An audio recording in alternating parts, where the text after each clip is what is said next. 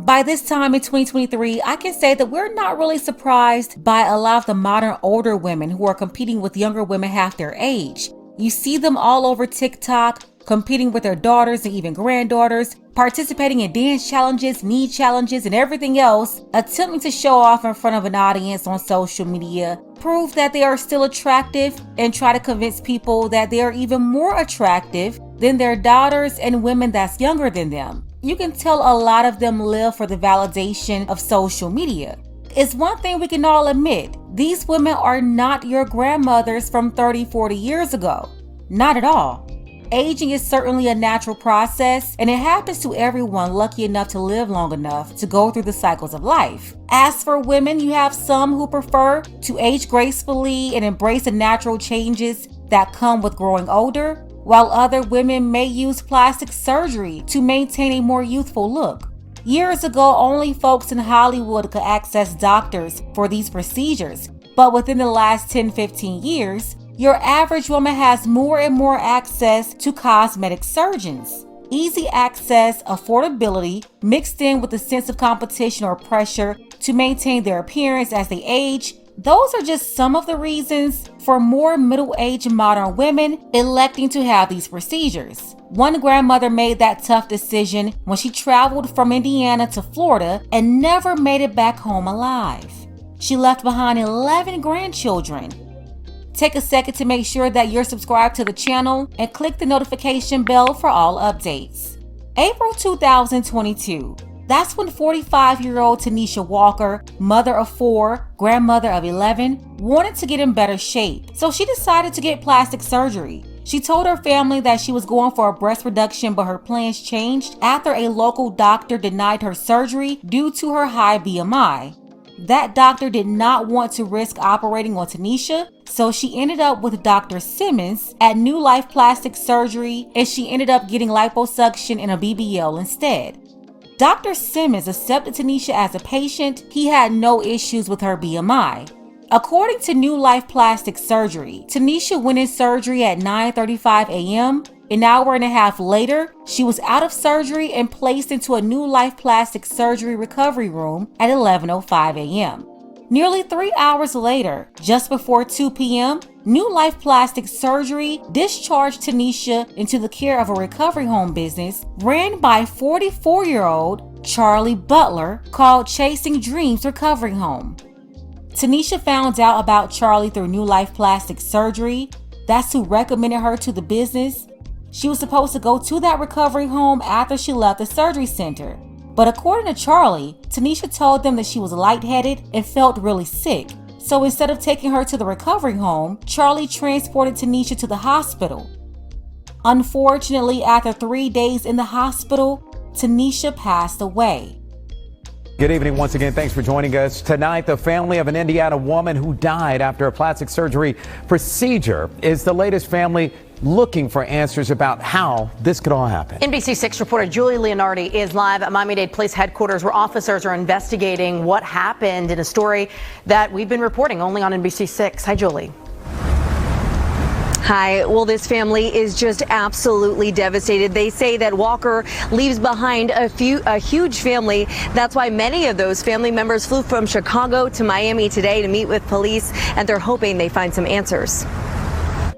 Tanisha Walker's family now dealing with a huge loss. Her niece just arrived in Miami, meeting her cousin, Walker's oldest daughter, to sort things out. This is my first time seeing her since she passed, and when I got to her, she was like weak in the knees.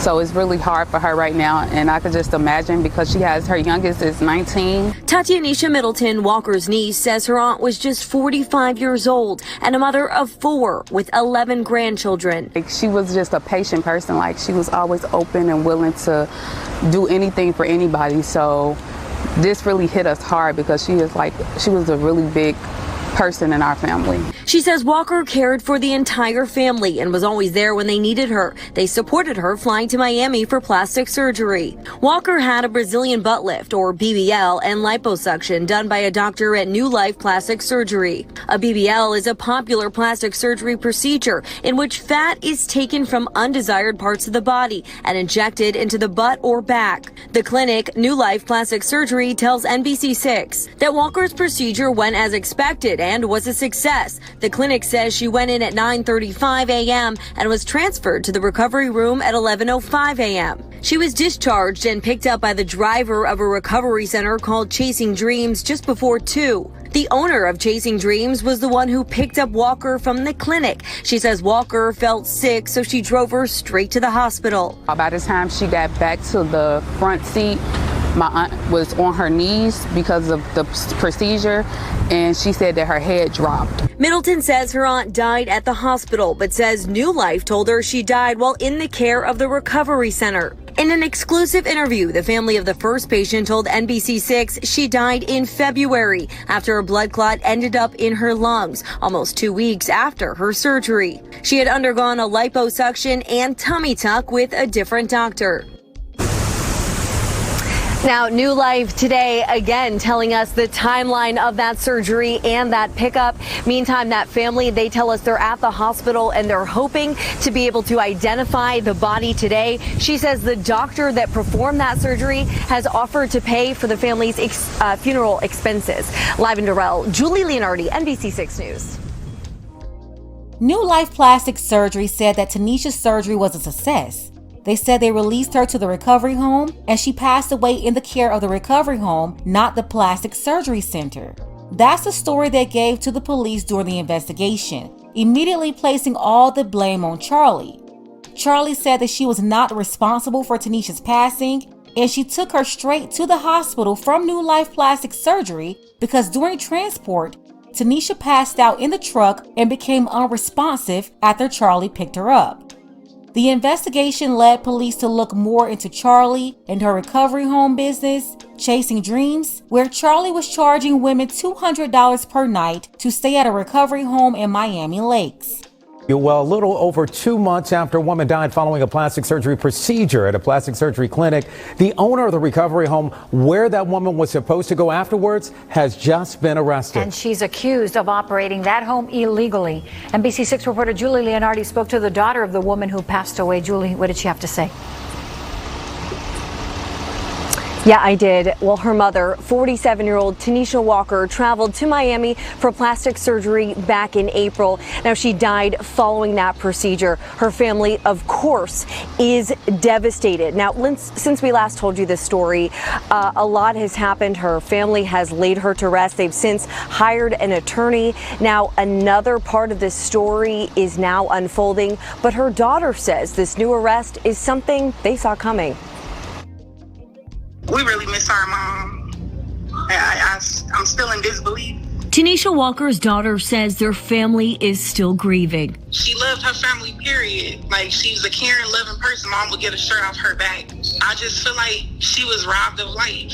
Just months after Walker died following a Brazilian butt lift and lipo procedure at New Life Plastic Surgery Center, the woman who picked her up, 44-year-old Charlie Butler, has been arrested for operating an illegal recovery home. Police say Butler was operating Chasing Dreams in Miami Lakes without a license. She's also facing drug possession and dispensing charges. Police say she charged women $200 a night for personal care during their recovery, including giving patients medication. I feel like it's only the beginning of the truth coming out. Walker's daughter, Tiara, tells me her mom traveled from Indiana to Miami for surgery. I asked her if she knew how her mom found Butler's business. She told me that one of the ladies from the surgery center gave her the information to their recovery home. And that's how my mom reached out. In April, the clinic, New Life, told NBC6 that Walker's procedure went as expected and was a success. They say she entered into surgery at 9:35 a.m. and went into the recovery room at 11:05 a.m. And she was discharged into Chasing Dreams care just before 2 in the afternoon. Butler told us she picked up Walker. She told her she felt sick, so she drove her straight to the hospital where she died. The story that we was given in regards to her transporting my mom, it wasn't adding up to me. While Tiara says nothing can make up for their loss, she just hopes others do their homework before going under the knife. In February, another New Life patient died after a blood clot ended up in her lungs. Now, we spoke with Charlie Butler over the phone earlier today. She didn't want to make a comment, but what she did say is that she's not responsible for Walker's death. She also says she plans on making it right and eventually licensing that recovery home. Meantime, the family of Walker told me that surgeon who performed the surgery did offer to pay for funeral expenses for the family and other things like that, but they said they declined his offer.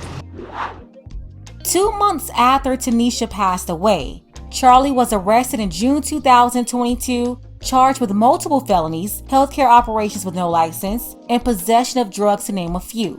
Charlie acknowledged that she was operating her recovery home without a license and said that she was going to get licensed in the future, but maintained that she had nothing to do with Tanisha's passing. The autopsy from the Miami-Dade Medical Examiner's Office documented Tanisha's death as an accident caused by a pulmonary fat embolism. According to Chief Medical Examiner Kenneth Hutchins, it was revealed that Dr. Simmons violated Florida law by injecting fat into Tanisha's gluteal muscles during the BBL. Due to the alleged malpractice, Dr. Simmons was required to stand before the Florida Board of Medicine. That was on February 3, 2023, 7.5 months after Tanisha's passing. The board decided that it was Dr. Simmons' actions that contributed to Tanisha's death. The board voted to fine Dr. Simmons $10,000, the total for investigation costs, and he will have to attend a mandated 1-hour lecture on safety and possible complications of such procedures. Okay, let's be real. A $10,000 fine for Dr. Simmons is really a joke. That's nothing to him. He's gonna make that back after 2 surgeries, maybe 1. He still has an active license to continue to operate on other women. And then immediately after this happened, you had the New Life plastic surgery team. They tried to pass the blame to Charlie, when they're the ones who recommended Tanisha to go to Charlie in the first place. You have a plastic surgery center up there recommending an unlicensed recovery home to their patients? And then on top of all of that, this is not the first person to die after surgery there or during surgery there at New Life, which is an outpatient facility. It's not a hospital. They have many bodies on their hands, including the woman who passed away 2 months before Tanisha from the same issue. And it's not just Dr. Simmons there. They have other doctors there too, cited in the past for doing a lot of things, including injecting the fat into the muscle where the nerves and blood vessels lie. And this is not only illegal in Florida, but it's fatal because the fat can transfer to the heart and lungs. That's what happened to Tanisha and the other patient 2 months before her, and many others. How were they still able to operate with all of these cases? And then the board saw that Dr. Simmons injected the fat into her muscle as well, and they still didn't take his license? It's just crazy how New Life didn't want to take accountability for what they did, and they only offered to pay for Tanisha's funeral because they wanted to possibly avoid a lawsuit. Some people may say do your research and make sure you get a good doctor, and that's a sensible thing to do. Tanisha was probably comfortable with him being her doctor because he wasn't just board certified or double board certified. Dr. Simmons is triple board certified, and that's how he's promoting himself on Instagram. Another option though is to focus on your health and being there for your kids and your grandkids. Her 11 grandkids, they loved her regardless of liposuction or BBL. Sending condolences to Tanisha's family, her kids, her grandkids, all of her family. She lost her life at 45 years old. Let's go ahead and get the conversation started. What do you think is motivating these young modern grandmothers to take these kinds of steps to undergo cosmetic surgery? Shout out to Loving Society, as well as our sister Tanette, Dana, and our brother Jermon. I appreciate all of you for your support. Don't forget that you can support this channel as well. Links to Cash App and PayPal are below. Ladies, fellas, want a balanced analysis, want the truth from a woman's perspective? Then you're going to want to subscribe to this channel and don't forget to like and share.